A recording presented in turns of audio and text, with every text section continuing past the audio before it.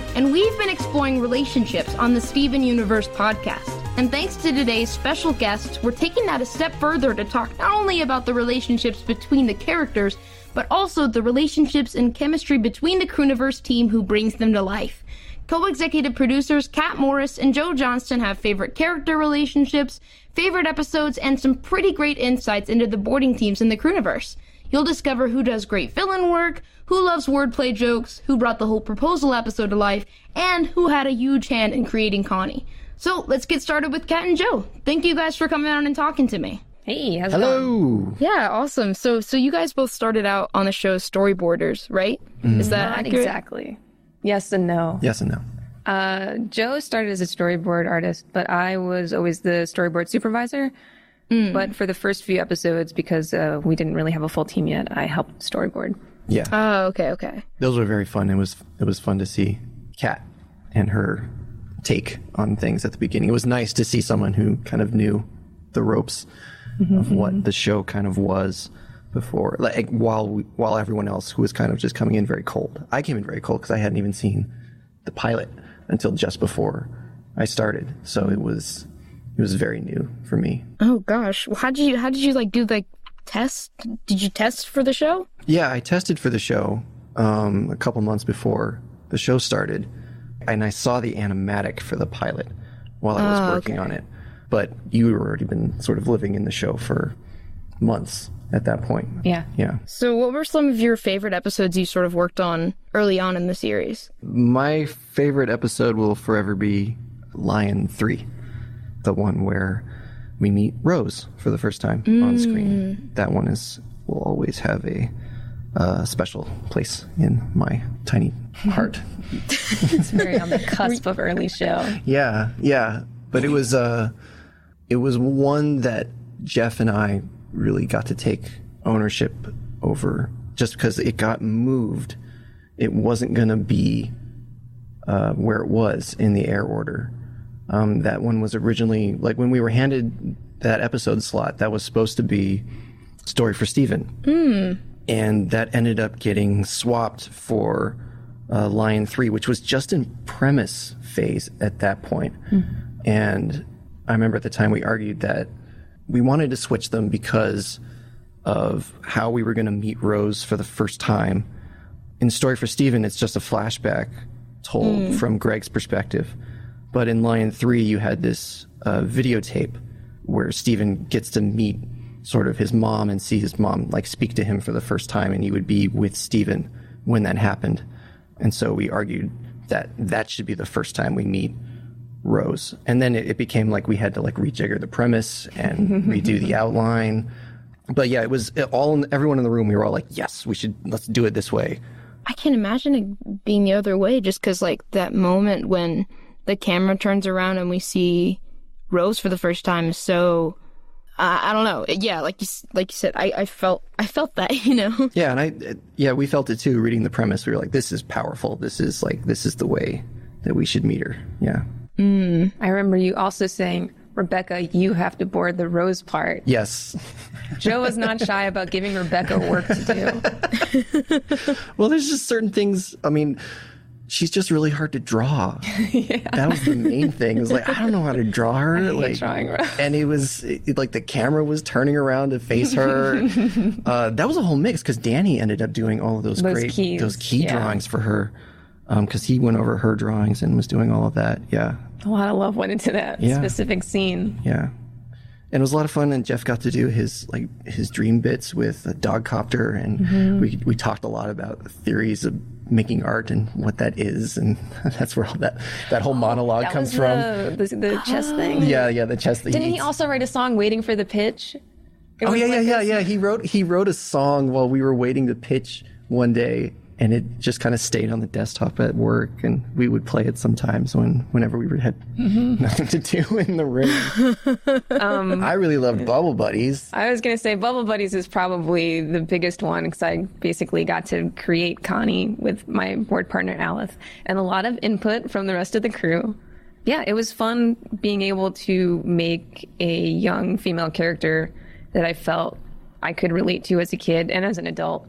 I mean, I think Connie ended up being very sweet, whereas I'm not necessarily But in terms of her being very practical, like a more level-headed person, I feel like you don't always see that. And when you do see that, they tend to be sort of like brainiac characters. But she's smart, but she's not a genius. She's just very, very practical. And I really wanted to have a character like that. I think also the feeling of like you're an outcast and no one is ever going to want to be your friend is something any kid can relate to at some point in their life. So that was a really fun story to tell. And I wrote it with my friend Aleph, which is great. He ended up moving on to character design later in the show. He did that in Arcade Mania and Lion, the first Lion. Yeah. But yeah, Bubble Buddies was fun. Connie is my favorite character, actually. I remember you saying like, oh, you should voice Connie. I was like, maybe, but it didn't work out. But oh my gosh. So is Connie your favorite character, you'd say, overall? I don't really like to pick a favorite. I feel like I like all of the characters in different episodes for different reasons, but Connie is very special to me because I was able to have such a big impact on her development. That's awesome, yeah. Connie's my favorite. I'll go hard on that. She's my favorite. And Joe has done a lot with Connie. I feel like I can't like co-opt her. He's written a lot of things. Wow, but you laid the foundation, and it was like, ooh, I can like stand on that really well. That's nice. I like that. The groundwork. So how did your process like change for both of you guys as the show went on? I started on paper. Yeah, paper. We made Joe and Jeff draw on paper, even though they were so against it. But we used to do Post-its on the first couple passes, and then regular paper, like a full 11 by 14 paper cleanup. Why did you make us do that? Okay, so Adventure Time and regular show, which informed this show, bolted it that way, and we were like, there's just so much character and personality in a pencil or pen drawing that you can't get from the computer. But then the reality of production really set in, and we realized all of the things we were missing out on by not doing computer. No, you still miss out on the character of it.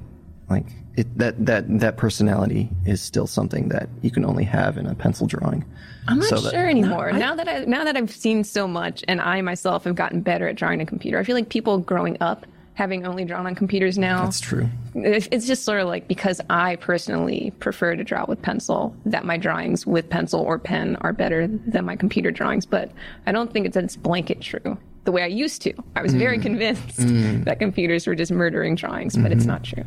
Yeah, that was a trip for me because I'd been boarding in Storyboard Pro in my previous job, and then the first board we did, Gem Glow, was all on paper. And it was kind of a nightmare for my desk because I had to set up this big old light table, and then I had to move my Cintiq like off to the side, this like couple $1,000 piece of equipment. Like, no, you go over here now, and I'm gonna draw on paper. The hack is to use your Cintiq as the light table. See, I don't want it's a fancy screen. You don't want to mess with that. But yeah, it was a lot of fun. It was a lot of fun doing that first board on paper. Just to like, it was for me. It was like, oh yeah, like do it like how all the old people do it. I'm just gonna do it. And then there's a couple scenes in there that I had to do in the computer. It was like Pearl fighting with the spear, and like there's like this like push-in shot on the centipedal at the end that I couldn't do on paper. It's like okay, guys, can I just get the program and do it? And then Jeff was animating in Flash. He'd been animating at Flash for a long time, and that's what he wanted to board in. Oh God, that would have been. That didn't happen. A Flash cartoon, yeah. So over more than that, though, like going from your jobs early on to your current jobs, how did your role in general like evolve? As a storyboard supervisor, I was involved with everything pre-production. So that means writing the stories, talking to the storyboard artists as they're pitching. And then after the boards were handed in, I would go over them and do technical revisions. And I would also help out with some creative revisions if things needed to change. That as a director, and now as the co-executive producer, I also do post-production, which means that when all the animation comes back from Korea, I help maybe address any mistakes that are there, or just make things look cooler in the second pass, and also edit it down to a specific time, which I think is 11 minutes and 36 seconds, 34. And then we also help with sound design. We make the title cards. We do absolutely everything as opposed to half of everything. Yeah, the really wonderful thing about working on this show is how inclusive Rebecca's made it in terms of the writing process. Even when I was storyboarding, I always felt comfortable coming to her with ideas and things that could be incorporated into the show. And we were, very early on, we were having writers' meetings with all the storyboard artists and the writers, sort of going over what the sort of trajectory of the show was. And so on that creative end, not a lot changed when I moved up to the position I am in now. It was just, maybe we're just on the very, very forefront now. But it was like whenever Rebecca has an idea, she runs around and tells everyone. You're never not sort of in the know of what's going on or what's going to happen.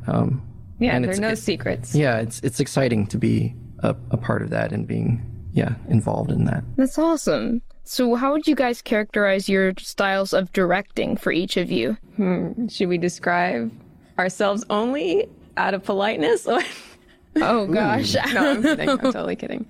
I would say I'm more economic. I tend to see something and want to adjust what exists. I feel like, Joe, you were more like, let's just redo this. Yeah. That's how I used to be more. I think I've gotten better about that. It used to be like, I remember Gus was on Jailbreak. There was like a whole front section to Jailbreak that I was like, it wasn't working in the pitch. And Rebecca was like, I really like this. I'm like, no, throw it out. Get rid of it. Let's try again. Yeah, I'm a big proponent of, can we just not do this thing? Can this not be a crowd? What if it was just one character and not 7? Work smarter, not harder. Ideally. We've tried. But I think the hard also happens anyway. It's animation. It's going to happen. Yeah. You can't escape that. True, not always, but I mean, all of that hard work has led to some amazing characters, story arcs, and incredible drawings, and that's what we'll get into with Kat and Joe coming up. Their favorite character relationships and episodes.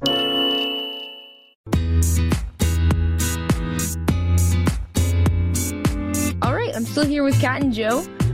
So now let's talk relationships. One of the biggest themes in the show, obviously, is relationships, whether it's fusions or just straight up relationships between characters. So what are some of your favorite pairings in the show? Not necessarily romantic, but just friendly rivalries or anything else, and why? I mean, romantically, it's Steven and Connie. That's one I've always.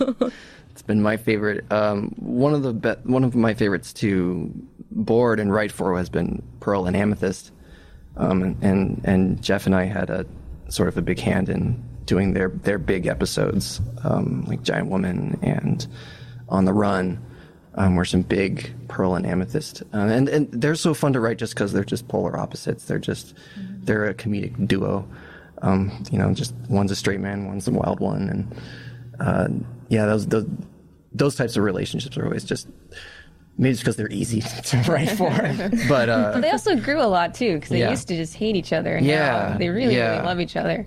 Yeah, and that was evident from the very, very get-go, from the first episodes and the first things we did. It was like, oh, these two are butting heads, but that's going to change. That's going to evolve. There's something deeper to explore here. Yeah, and that was a lot of fun. Right, because they never really hated each other. It's just No, it's just different styles, man. Just different ways. I think they each had their own baggage they needed to address before they could really love each other. Well, that was something that was immediately expressed by Rebecca when, the first day, when I knew nothing about the show. She came back with the whole story and where it's going, and it was like, oh, everyone's got terrible baggage in this show. Oh, this is interesting. Yeah, baggage. That's a theme. That's a big theme. Right. Okay, let's see. I think Joe said mine more or less. Steven and Connie is my romantic pairing, I'd say. The pure love of children. I've always been a proponent for that. I have lately, it hasn't been popular, but I've been shipping Sadie and Buck. Not as a permanent pairing, but I feel like they would have a good thing going for a little while. I like Holly Blue and the Famethyst. Yes. I think they're very fun. Yes. And Stephen and Garnet. I like Yeah. I like how Garnet just plays along with Steven, no matter what it is. She always takes him seriously. The super deadpan humor comes out of that stuff. I love it. She's so cool. She is.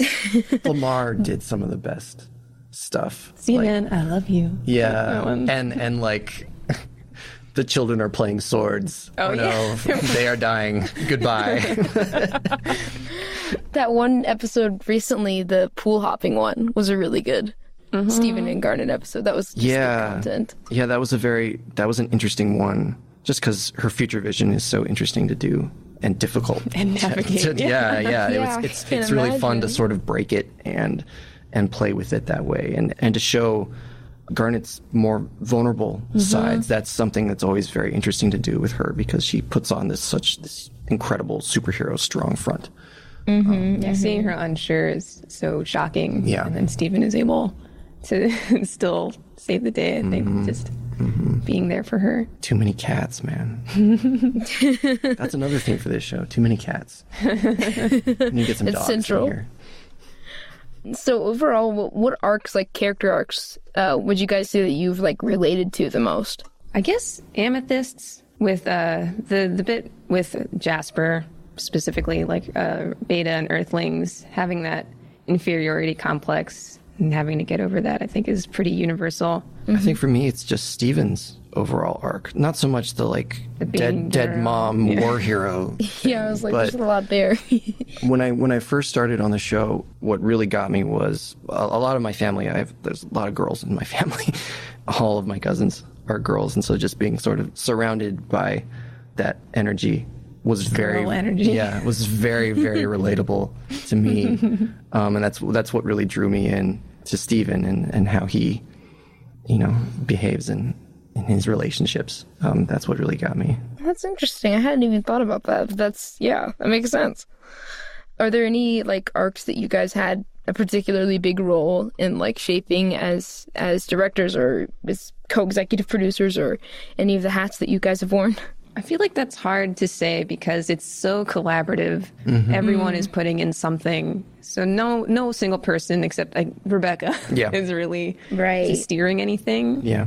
I will say that I kind of inspired the cluster in our first writers meeting because I was like, there should be a gem living in the center of the earth. And then we all talked about it from there. And that became the cluster arc. That was interesting. if it was just one gem that was yeah, I guess it ended up being many gems, but that's why you can't say like, oh, one person did something, because it changes so much. Even if there's one inspiration point, it just goes and goes and goes through so many hands and so many versions. From that meeting, I remember we were talking about, it was like as we were boarding Ocean Gem, we were talking about the next 26 episodes or something. Because when we had first written Ocean Gem, we didn't know for sure that there were going to be episodes after that. Yeah, that was written sort of like, it can keep going or it kind of could end there if it wants. But I remember in that meeting, I really wanted a space heist, space prison, Connie, Greg get kidnapped kind of, and Steven has to go to Homeworld to rescue them sort of story. And I think we were all kind of just, as soon as like space and Homeworld became a thing, it was like, okay, we got to go there. We got to do something there. So I think we were all of that mind, but some of that kind of became that one arc where Greg gets kidnapped. And I think the only arc that I had a real impact on as a boarder was the friendship arc with Pearl and Garnet. Just because Jeff and I got to do both ends of that arc. We got to do the beginning and how it sort of wrapped up, which was that was difficult. But I remember Sardonyx being like exactly what I thought Sardonyx was going to be. Yeah, Sardonyx, and then just doing Pearl and Garnet's rift. That was really, we talked a long time about how to treat that, because it's a very delicate thing that we were trying. And there's all these metaphors in it that you want to be careful that you're saying the right thing. Or saying what you want to say. That was we didn't want this to be confused with anything. It was tricky. Yeah, I can imagine that was a crazy arc. And fun. It's always fun. It's always fun. You also requested an alien mushroom planet, And that ended up becoming Jungle Moon. Yes, Cactus Planet. Yes. It was cactus. I was at the Huntington Gardens one time, and in the desert garden, there's just a ton of succulents and cactuses, and they just look so fun if you get down with your camera, like right at the base, and like make them look huge. Like they're just really weird looking. Yeah, I wanted a cactus plant. So we were talking about Steven a minute ago. He's been through a lot. What do you think his like whole headspace is at in the most recent arc with all of the, Pink Diamond insanity? I think he's still reeling. It's a big shift from what he thought was a reveal in the first place, which is when he thought his mom wasn't so good, and now she was really not so good, but then maybe she was okay, actually, a little bit, but also he is her, but not. I think he's reeling, but not any worse than he's been reeling throughout the show. I don't think this, his whole thing is about his identity and what it means to him. And be careful here.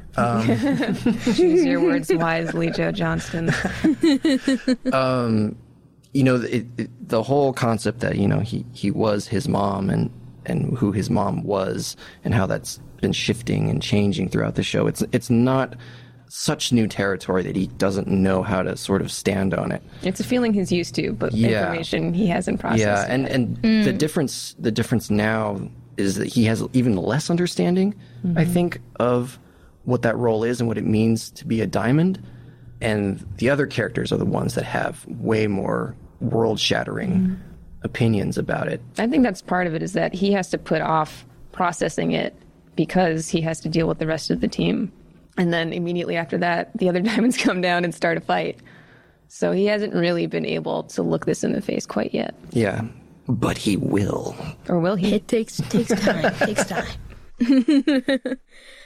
So why is Steven the one that is needed to bring everyone together in all of this, you think? I feel like it's because he has the greatest empathy. He's really self-sacrificing. So in using his ability to love others, he helps them learn to love themselves. Right. I think also he just thinks everyone's really cool and that they should all get along. I think that's sort of like the base of him, like from the very beginning. He was just, the gems to him were just the coolest thing he'd ever known. And then the fact that there's even more and more cool and fun things about them that, that he just loves. It's like it's all your toys when you're growing up all like know each other and are best friends. Even though like they're from whatever franchises they are, maybe they wouldn't get along. But to such you, a weird metaphor. I don't know. But to you, like they're and you never want to see your family fighting or your aunts and uncles or anything. I think it also goes back a little bit to baggage. Steven Universe, the show. Because Steven, of everyone, has the least baggage. He doesn't have the history that everyone does. When the show starts, he's 10 or 12? So, everyone else has just got years and years of stuff piled up, but he's able to come at things with fresh eyes and give a different perspective. And that's what you need sometimes to solve the most long-standing, deep-seated issues. Yeah. Yes. You need someone to carry the baggage. Steven can do that. He has super Steven strength. Yeah. What do you guys think makes the Crystal Gems special as a team? Joe already has an answer for this queued up. They're not special. No, I don't have an answer to this. Yeah, they are special. They are a team. I don't know if they're special compared to other teams. I think there's something that we talk about in the show, which is the id, ego, and superego. And each one of the gems has that, because Amethyst would be the id, because she just is pleasure-seeking. Garnet is the ego, because she's sort of in between the superego and the ego, and that she's balanced, but she can also look inward. Whereas Pearl, as the superego, is very rules-oriented and is always doing things correctly. So they're all different, but because they are together, they can complement each other, so nothing is out of balance. Even more so with Steven around, who is just a well-rounded guy. He's just in the middle, sort of anchoring everybody. Right. It only works because Steven's there. Yeah, clearly. I mean, we saw like it doesn't. Yeah. I mean, that's what makes the Crystal Gems work as a team. It's Steven. Yeah, he's the anchor. Right, totally. But who's the glue holding the Crewniverse together? That's what we'll talk about with Kat and Joe coming up. Let's get into the relationships behind the scenes between team members and how the Crewniverse collaborates creatively. still here with Kat and Joe. So I wanted to ask you guys, we've talked about relationships for characters in the show, but I wanted to ask about relationships like behind the scenes between the team members. So what are some of the strengths in the board teams that you guys have seen? Like, what do you pick up on? Okay, let's do team by team. Team by team. Yeah, starting with our first team, Joe and Jeff. I think Joe and Jeff brought really good shonen action stories with weird psychological drama. Yes. Jeff is a very unique storyteller, and I really like his take on things. I feel like his way of describing dreams feels very dreamlike, which is really hard to do as a conscious person. Obviously, Joe has amazing storytelling ability. He animates really well. Jeff does too. Jeff, it's all, yeah. Actually, they both animate. Anything that looks really, really, really cool, it's probably Rebecca, Jeff, and Joe who animated it. Katie and Lamar. Lamar's a huge weirdo. He's the reason Onion is Onion. Yes. He's really, really funny. I remember early on when Lamar would pitch episodes, they would be different from the outline in a way where I thought it wasn't working. And then when I saw it all together, I was like, oh, this is genius. He's actually, he's just a savant. He's just an amazing writer. Yeah, and he's so smooth. Like whenever he pitches, whenever something funny happens, it's so unexpected because he's got this like cool, smooth way of leading you through the story, and then something like really weird happens, and you're like, what? No one else could have played Buck. It needed to be Lamar. That's true, yeah. Katie's drawings are really beautiful. She has just like a really nice aesthetic. I've always really liked her drawings. That was her half, because Lamar, he's definitely more cartoony, and then Katie could really breathe in that just like lovely to look at drawing. Yes. Paul and Raven. I really like their villain intros. Yes. Paul especially has like a One Piece Shonen Jump style to stuff, where like Jasper, I think, is Jasper because of Paul, and then like Topaz and Aquamarine being who they are is very much Paul and Raven. I think they also do gritty emotional stuff. Yeah. They really like to take it to a heavy place, and sometimes we have to walk it back. But I think the show's richer for it ultimately. But also being able to make that funny. Yeah. The way that like Too Many Birthdays is like this frightening existential, like Steven is growing old, but it's also hilarious, like Pearl and her pie, and oops, sorry, I shouldn't bring up Pearl and her pie. The soft top it's touchy. But I remember some of the Garnet jokes in that one, where it's just like, violence is not the answer. Like, oh, it's so funny. Yeah. Yeah, they're both really funny. Paul's got a lot. I remember Stephen Floats. I mean, that's all just... Yeah, that's all Paul. That's all Paul just being a joke machine. Yeah. And obviously, they had a lot of influence on Lars and Sadie in their early relationship, especially. Yes. I think Island Adventure is their favorite episode, which makes sense to me because it's like, it feels like so much what they want to do with the show. Yeah, it's everything. We have Hillary and Lauren. Hillary loves wordplay. Yeah. If there's a joke that's... So does very Lauren. Specific to the language. Oh, that's true. Yeah, Lauren did too. They like word jokes. And then like kind of, I don't know how to describe Lauren's sense of humor, but there's just sort of a quality, like an off the wall. It's sort of like, it feels like free associative sometimes, where it's like, oh, you were just sort of like writing, and as it was coming out, you were like, that's it, that's the joke. Yeah, she would always land on something very character driven and very funny, very naturalistic. And then Hillary, I think, she really likes the quiet drama. Yeah. Being quietly sad, I think, is a hallmark of her stuff. But it's always been very lovely. It's very rooted in manga, I think. Who else? Well, we've got Mickey. Yeah, Mickey and Jeff. Mickey Brewster. Her first episode was Jungle Moon, which was nominated for an Emmy. Yeah, made a bit of a splash. Her first episode was Jungle Moon, and she's all cool. She's all cool, but it's not a put on sort of cool. She's cool, but she's very silly. Yeah, like her Ruby is so exactly Ruby. Yes, she did the question. She did a lot of the Ruby stuff and the whole proposal scene in the question, which is just an amazing little bit. That's all Mickey. Mickey feels like a good kid to me. Like there's something about her that's just like so warm-hearted and kind and positive. it's crazy, like, how many people come in, like, all the time. Yeah, there wasn't a huge turnover at first, but as the years went on, a few people needed to come in and go kind of thing. Mm-hmm. Yeah. Amber Oh, Amber is like she's such a staple to me. She did revisions for so long, so much of her work is in the show, even before she's credited as a board artist. Yeah. She even did a bunch of designs for the zoo. All those amethysts. She did those. She's cute. I like her stuff. It's cute. It's just nice. Just a solid, really, really solid understanding of the show. Yeah, you can tell she really loves it. Yeah. It just comes out in everything she writes, and obviously her drawings are great. That's a strength that everyone kind of shares on the show. You can always tell that love. You can see that love. Colin was another sweet and silly, and his drawings were just so charming. So charming. And he was a designer for a long time before he moved up to boards, and then he went back to design. He was our lead designer for a while. Just the most amazing, charming, funny drawings, just really funny expressions.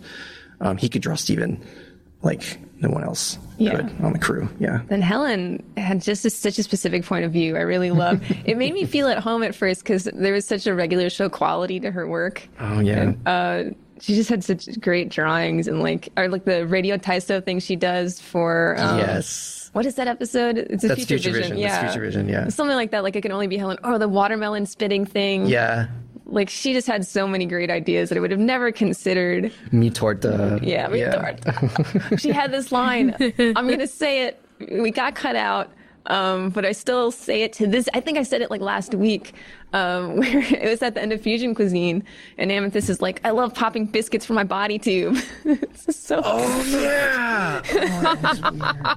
It's just Helen. She's so funny, and she wrote songs that were great. Yes. I love her music. We had a lot of great people on this show, and more to come. Good. There's a lot of fun stuff coming for Steven. I want to know what you think my strength is as a board artist, Joe. Oh. You got to be nice because we work together. I have to be nice? You have to be. I have to be nice? Kat has the most solid of fundamentals that it's so easy to sort of fall into the story when Kat has boarded something. It's just there. And it's working and it's lovely. I'm blushing. Thank you. I needed that to go into. And her drawings are amazing. Her drawings are so amazing, and she hides them, and we have to like hoard them and steal them from her. It's really funny. It is disturbing. I do walk in offices sometimes like, oh my God, do you have my drawings? What did you pull those out of the garbage? We have drawings that Kat doesn't even know that we have. It's a nightmare. I hate thinking about it. Oh my gosh. So we were talking about the more to come. Recently, we saw a little bit of a teaser for the Steven Universe movie. What was it like seeing that finally out there? It's a new feeling, because it kind of reminded me of when we were first starting on the show. We were just working on this really, really cool thing, and we weren't allowed to talk about it. It was just like this really, really fun, awesome thing. And yeah, now it's out there and announced, and that's exciting. Not living in secret feels good. Yeah. I can just tell people now, like, oh, I'm working on a movie. Yeah, it's really, really nice.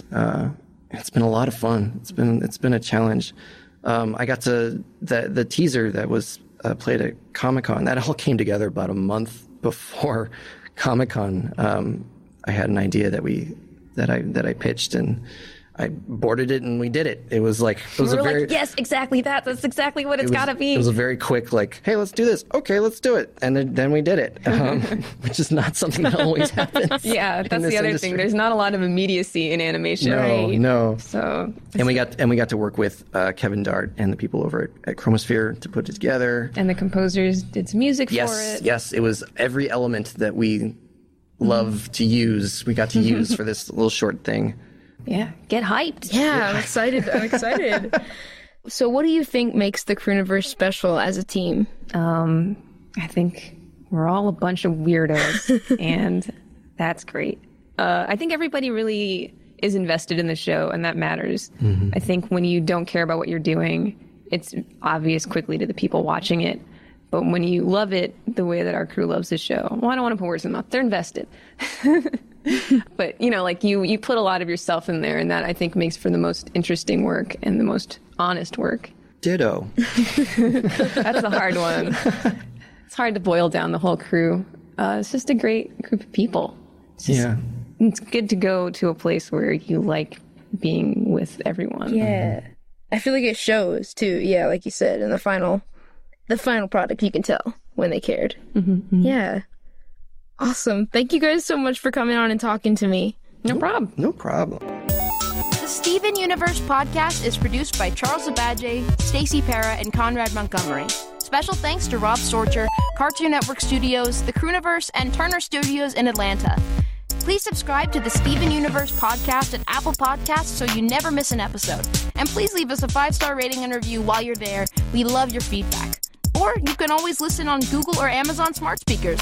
Just say, "Hey Google" or "Hey Alexa, play the Steven Universe podcast." I'm McKenzie Atwood, and I'll see you next time.